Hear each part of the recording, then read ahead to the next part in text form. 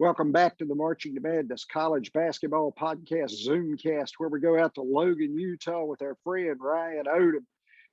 Comes to the Utah State Aggies from UMBC, where he had a 97-60 record in 5 years. He had 2 American East titles. And then, of course, we all remember the Retrievers' upset of #1 Virginia in 2018. Coach, welcome. Hey, thanks for having me on, Ken. I appreciate it. Oh, yeah. Yeah, it's good to see you. Good to talk to you. I know you have the transition from the Baltimore area up there to Logan, Utah.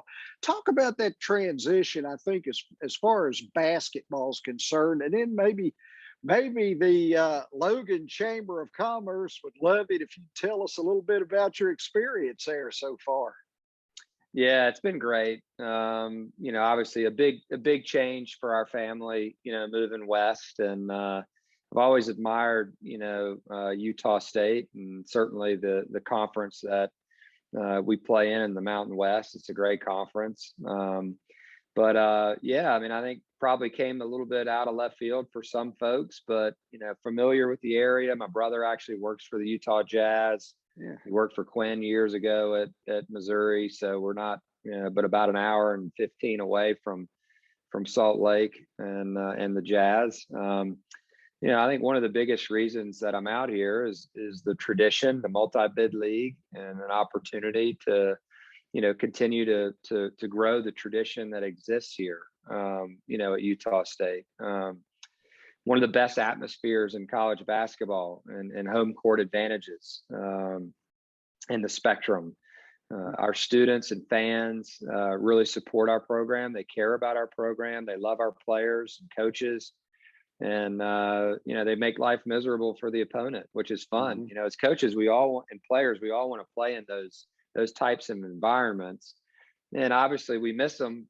We've come to appreciate them a ton, after the last 2 years, what we've all been through. And we're just excited to see kind of football get off to a great start. And, with all the great crowds that are happening, and I know basketball will be right there, as well. But yeah, the tradition here at Utah State, is tremendous. It truly is a brotherhood. The success goes way back. 23 NCAA tournaments over, the history of our university in Division I. And then also, in the last, since 2000, one of about 20 teams in the country that's had 11 NCAA tournaments during that time. And so, pretty good company there for Utah State. And I'm excited to be a part of it. Coach, of course, I remember Stu Morrill back in the day.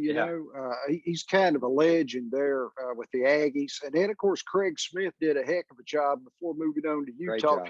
Yeah, talk about the expectations there. This, like you said, it's a multi-bid league. It feels like this league, could compete with anybody, in my opinion, across the country. Yeah, no question. I think the history of the coaches here, first and foremost, at Utah State is truly amazing. More than I knew prior to even taking the job. I'll give you an example. I was sitting in my office one day, and all of a sudden I get a knock on the door, and I turn around and all of a sudden Jim Herrick's right there. There you go. I had no idea that Jim Herrick was an assistant coach here. Yeah, coach here at Utah State. Yeah. Dale Brown coached here as an assistant coach years ago, and recruited Jimmy Moore, as one of the Hall of Famers that played here years ago, and his son Jalen, who played recently for Coach Morrill. A ton of coaches. Obviously, Larry Eustace, Kermit Davis was here, as an assistant, and they're all so proud of this place and stay in contact with the people here. It just tells you a lot about, what we're inheriting. We're inheriting a place where people really care about, their basketball program. And, you talk about the former players, there've been a ton of them. We've got 2 right now that are playing in the NBA, and Nimi and Sam Merrill. One just won an NBA championship with the Bucks. He's now been traded over to Memphis. Nimi heading into his first year with the Kings, fulfilling a lifelong dream, kind of an against all odds guy, and ended up being the defensive player of the year. Coach Smith did an amazing job. He and his staff here the last 3 years, and recapturing our Spectrum magic and really building the program to, the point where it's at right now. So, that brings us to the expectations, that exist here. We're a program that wants to compete for championships. We want to compete for NCAA tournament bids, and we want to, most importantly, advance, within the NCAA tournament. And those are just our basketball goals. We have more goals outside of basketball that are really important to us and we care deeply about. That's helping our players grow as people and as men, while they're under our watch here.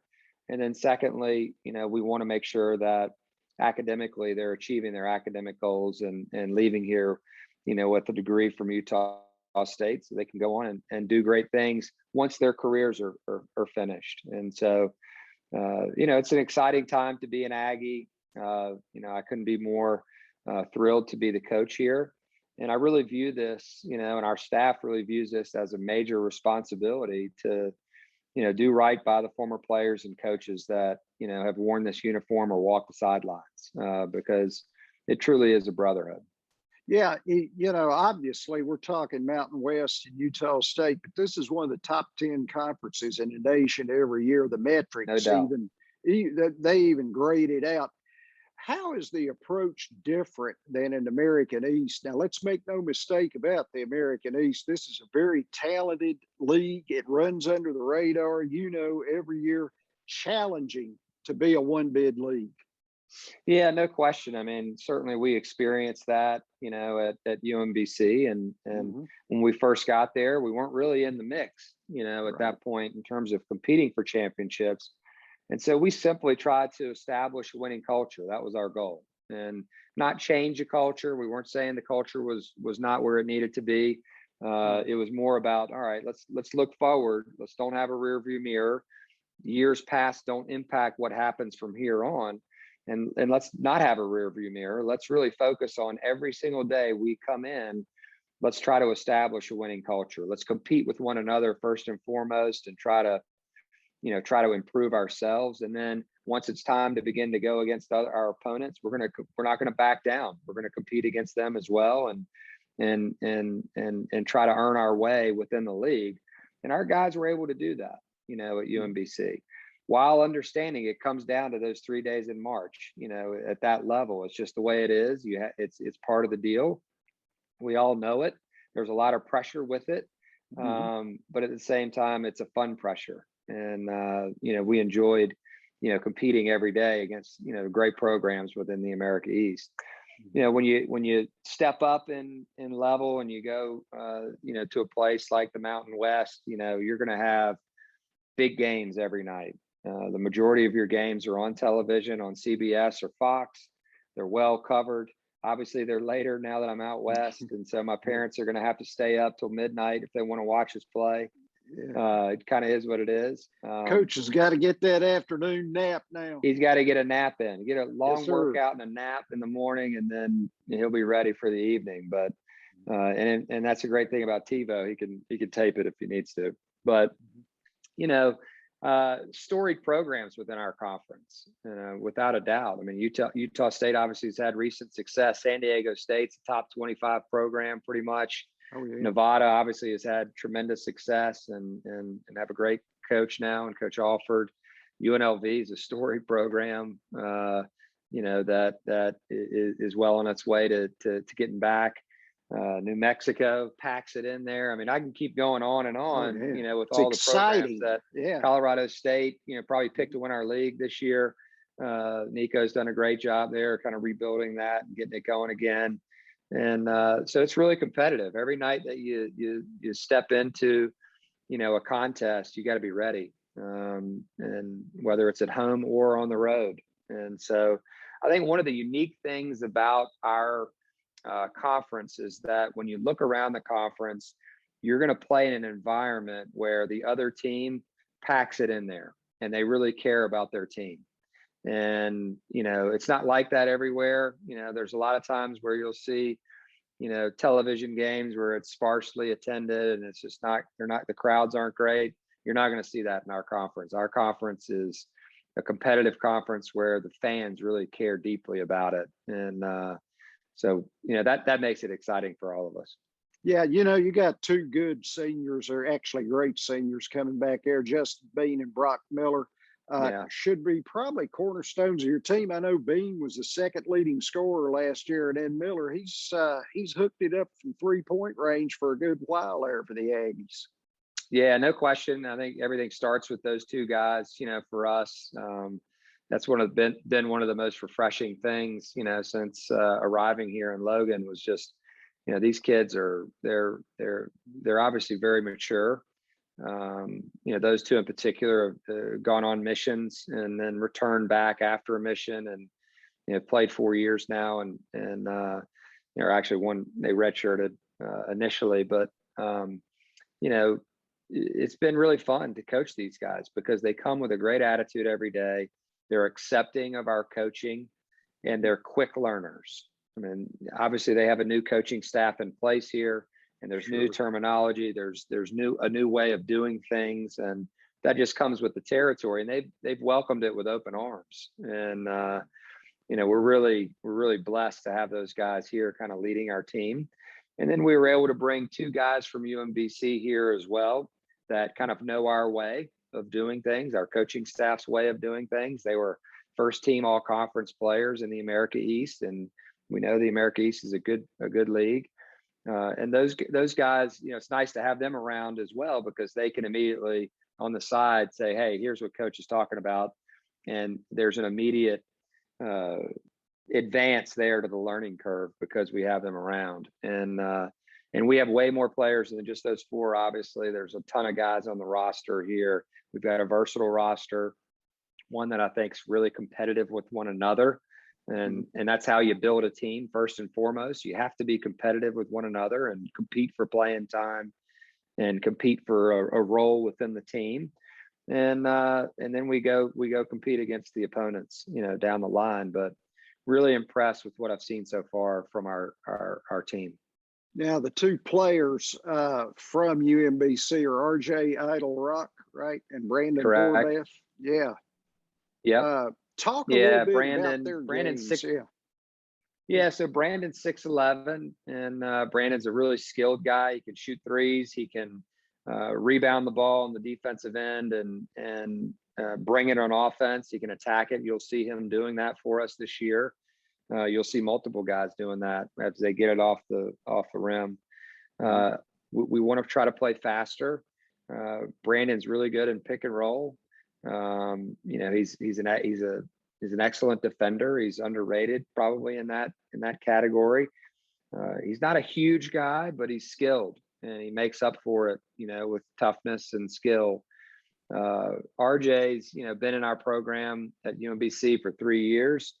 And, he started as a freshman at the point guard position, but he's got tremendous size. He's about 6'4", probably 220 some, maybe 230, and just has the ability to play with multiple different lineups. He can play point guard, he can play three, he can play shooting guard, he can guard the other team's best guard, guard a shooter coming off the screens. He's really good in pick and roll and in transition. And he's definitely somebody that will be impactful for our team. And so we're very fortunate to have those two guys with us. Player I know about that I think will be impactful for you is Rylan Jones. He comes over from the Utes. I guess your rival there. You guys are close together. He played 43 games there 2 years, a really dynamic, good point guard. It looks like you're talking about people who are smart, they're quick learners. That's what he looked like to me on the floor for Coach, I call him Coach K of the West, Coach Larry K. Kostoviak. Yeah, no question. I mean, Rylan, obviously, he's a coach's son. His father was coaching at Utah most recently. His father actually coached here at Utah State. And, Rylan grew up here. This is home for him. This is a homecoming for Rylan. I mean, he was a little bit like me, kind of growing up with my father at different stops, at Virginia and Wake Forest. He just lived in the gym. around his father's teams. And so he knows all the former players, and he was learning things at a very young age when he really didn't know he was learning. And he's able to put all of that into play now in college, and obviously played at the highest level and had a tremendous amount of success as a young player at Utah. Had some injuries, along the way, but thankfully for us right now, he's a healthy guy, and it's easy to see kind of his IQ out there, his ability to shoot the ball and stretch the defense, his willingness to pass the ball and find guys and make others better. And then on defense, he's a pest, and he uses, his smarts on the defensive end as well to anticipate plays, to get in front of guys and take charges. Just really good player all around. And so we're very fortunate to have him back here at Utah State. Last thing, Coach, as we get into thinking about recruiting and the transfer portal and the place it's at, I don't think there's going to be any going back from it. I was curious about your perception of really good high school players being recruited and how they might slip through the cracks. And then what advice would you give any of them that might be listening to the podcast here or the Zoomcast? Yeah, I mean, I think you make a good point there. I mean, there's a lot of times, especially at the highest level, coaches, because, there's this get old, stay old mentality in our sport right now. And rightfully so in a lot of ways. Experience a lot of times wins. But there's also really talented young players out there that deserve a chance too. And so I think, from our perspective at Utah State, we feel like we're a really good landing spot, not only for folks that want to transfer just slightly down and not give up much in the level and play in a really good conference where it's very competitive and it's a multi-bid league, but we also can get guys like we got from UMBC that are coming up a level, as well, like RJ and Brandon that have proven to be all conference players at that level, but now would like to test themselves against, a deeper conference. And, I think that's kind of where we're at. I think we're in a pretty good spot, our conference is, from that perspective. But at the same time, we don't ever want to ignore prep school guys or high school guys that are coming up, especially within our own state, that are really important, to the overall growth of our program and important to our program. I think high school guys can be overlooked a little bit. And so we're trying not to do that, here at Utah State. And there will be a little bit of a settling out period, for all of us just because of COVID with extra years and all that. So it's going to take a little bit of time for it to settle.